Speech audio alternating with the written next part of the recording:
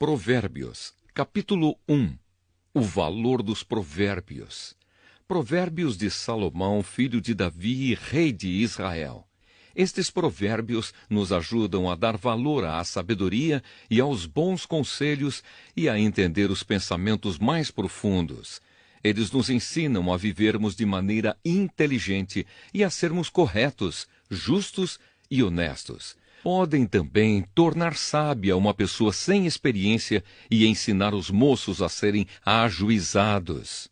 Estes provérbios aumentam a sabedoria dos sábios e orientam os instruídos, fazendo que entendam o significado escondido dos provérbios e dos ditados e compreendam os mistérios que os estudiosos procuram explicar. Para ser sábio, é preciso primeiro temer a Deus, o Senhor. Os tolos desprezam a sabedoria e não querem aprender. Conselhos para os moços. Meu filho, escute o que o seu pai ensina e preste atenção no que a sua mãe diz.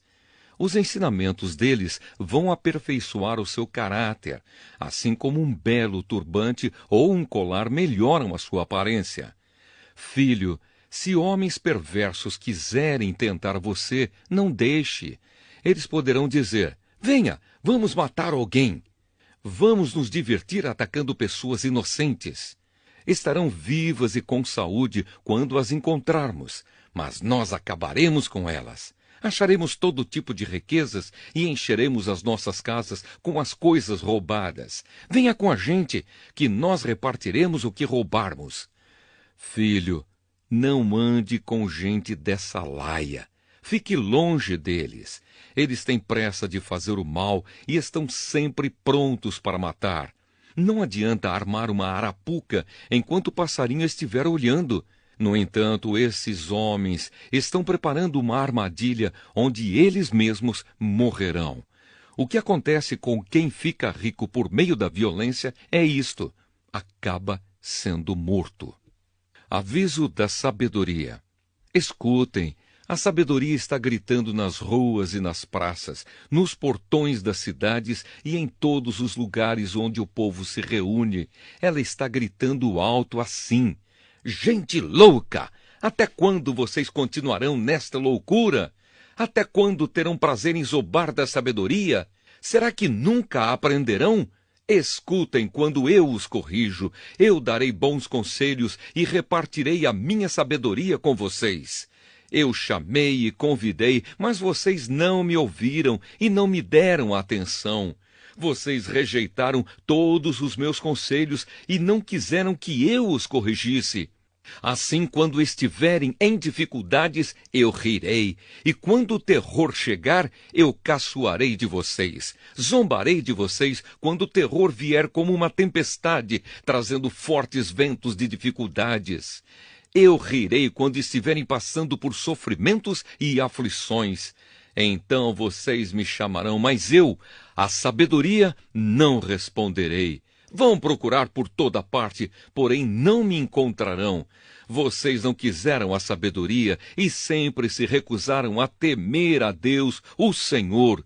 Não aceitaram os meus conselhos, nem prestaram atenção quando os corrigi. Portanto, receberão o que merecem e ficarão aborrecidos com as coisas que fizeram. Os tolos morrem porque rejeitam a sabedoria. Os que não têm juízo são destruídos por estarem satisfeitos consigo mesmos. Mas quem me ouvir terá segurança, viverá tranquilo e não terá motivo para ter medo de nada. Provérbios, capítulo 2. As recompensas da sabedoria. Filho, aprenda o que eu lhe ensino e nunca esqueça o que mando você fazer. Escute os sábios e procure entender o que eles ensinam. Sim, peça sabedoria e grite pedindo entendimento. Procure essas coisas como se procurasse prata ou um tesouro escondido.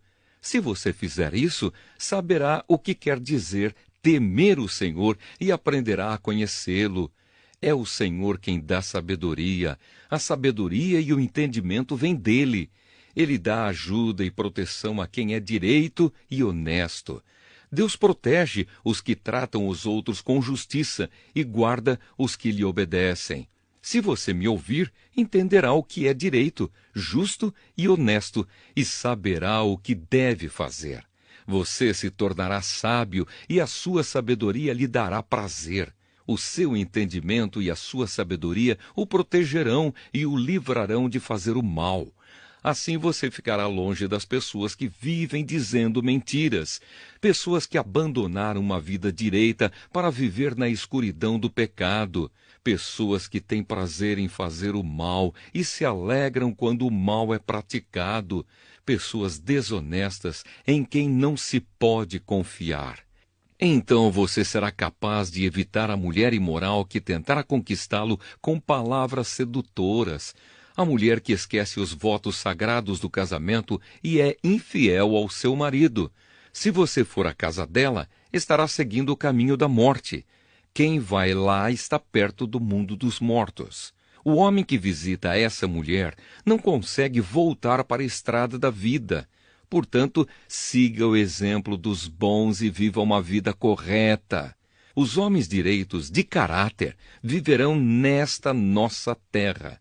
Mas Deus varrerá dela os maus e arrancará os pecadores como se arrancam plantas do chão. Jó, capítulo 29. Defesa final de Jó. Deus ilumina o meu caminho. E Jó continuou a sua fala e disse: Ah, se eu pudesse voltar meses atrás para os dias em que Deus me protegia. Naquele tempo, Deus iluminava o meu caminho e com a sua luz eu podia andar na escuridão. Naqueles dias eu estava bem de vida e a amizade de Deus era a proteção do meu lar. O Todo-Poderoso estava comigo e os meus filhos viviam ao meu redor. Em casa sempre havia leite à vontade e também azeite tirado das oliveiras plantadas entre as pedras. Quando eu saía para a reunião do tribunal e me assentava entre os juízes, os moços me viam e abriam passagem, e os idosos se punham de pé. As pessoas mais importantes paravam de falar e ficavam em silêncio. As autoridades se calavam, não diziam mais nada. Eu era pai dos pobres. Quem me ouvia falar me dava parabéns. Os que me viam falavam bem de mim, pois eu ajudava os pobres que pediam ajuda e cuidava dos órfãos que não tinham quem os protegesse. Pessoas que estavam na miséria me abençoavam e as viúvas se alegravam com o meu auxílio. A minha justiça e a minha honestidade faziam parte de mim. Eram como a roupa que eu uso todos os dias. Eu era olhos para os cegos e pés para os aleijados. Era pai dos pobres e defensor dos direitos dos estrangeiros. Eu acabava com o poder dos exploradores e livrava das suas garras as vítimas. Todas as pessoas me davam atenção. Eu pensava assim: vou viver uma vida longa e morrer em casa com todo o conforto. Serei como uma árvore de raízes que chegam até a água, uma árvore que todas as noites é molhada pelo orvalho. Todos só falarão bem de mim e eu serei sempre vigoroso e forte. Todas as pessoas me davam atenção e, em silêncio, escutavam os meus conselhos. Quando acabava de falar, ninguém discordava. As minhas palavras entravam na cabeça deles como se fossem gotas de água na areia. Todos as esperavam ansiosos, como se espera a chuva no tempo de calor. Eu sorria para aqueles que tinham perdido a esperança. O meu rosto alegre lhes dava coragem. Eu era como um chefe, decidindo o que eles deviam fazer. Eu os dirigia como um rei à frente do seu exército. Eu os consolava nas horas de aflição. Jó, capítulo 31. Que Deus me pese numa balança justa. Eu jurei que os meus olhos nunca haveriam de cobiçar uma virgem. Se eu tivesse quebrado o juramento, que recompensa Deus me daria, e como é que lá dos céus o Todo-Poderoso me abençoaria? Pois Deus manda a infelicidade e a desgraça para aqueles que só fazem o mal. Deus sabe tudo o que eu faço. Ele vê cada passo que dou. Juro que não tenho sido falso e que nunca procurei enganar os outros. Que Deus me pese numa balança justa e ele ficará convencido de que sou inocente. Nunca cobicei nem adulterei. Se por acaso me desviei do caminho certo, se o meu coração foi levado pela cobiça dos olhos, se pequei, ficando com qualquer coisa que pertence a outra pessoa, então que outros comam o que eu semeei, ou que as minhas plantações sejam destruídas. Se o meu coração alguma vez foi seduzido pela mulher do meu vizinho, e se fiquei escondido, espiando a porta da casa dela, então que a minha mulher se torne escrava de outro e que outros durmam com ela. Se eu tivesse cometido esse crime horrível, o tribunal deveria me condenar. Esse pecado seria como um incêndio terrível, infernal, que destruiria tudo o que tenho. Sempre fui justo e caridoso. Quando um empregado ou empregada reclamava contra mim, eu resolvia o assunto com justiça. Se eu não tivesse agido assim, que faria quando Deus me julgasse? Que responderia quando ele pedisse conta dos meus atos? Pois o mesmo Deus que me criou, criou também os meus empregados. Ele deu a vida tanto a mim como a eles. Nunca deixei de ajudar os pobres, nem permiti que as viúvas chorassem de desespero. Nunca tomei sozinho as minhas refeições, mas sempre reparti a minha comida com os órfãos. Eu os tratava como se fosse pai deles e sempre protegi as viúvas. Quando via alguém morrendo de frio por falta de roupa, ou notava algum pobre que não tinha com que se cobrir, eu lhe dava roupas quentes, feitas com a lã das minhas próprias ovelhas, e ele me agradecia do fundo do coração.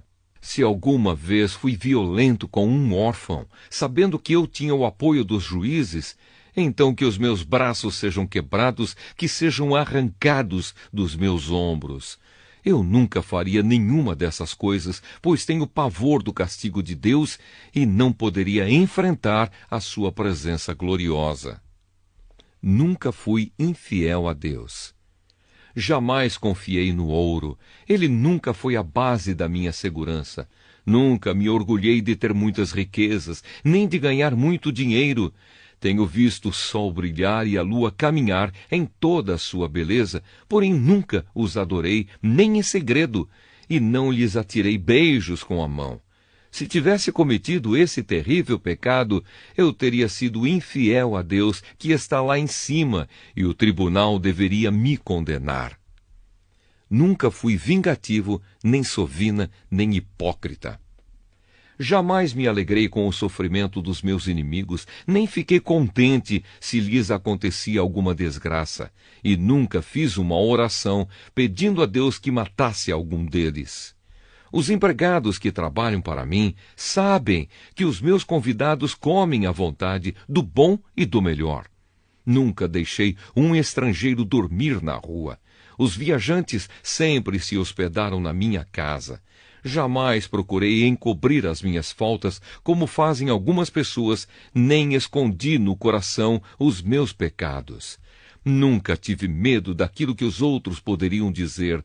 Não fiquei dentro de casa calado, com receio de que zombassem de mim.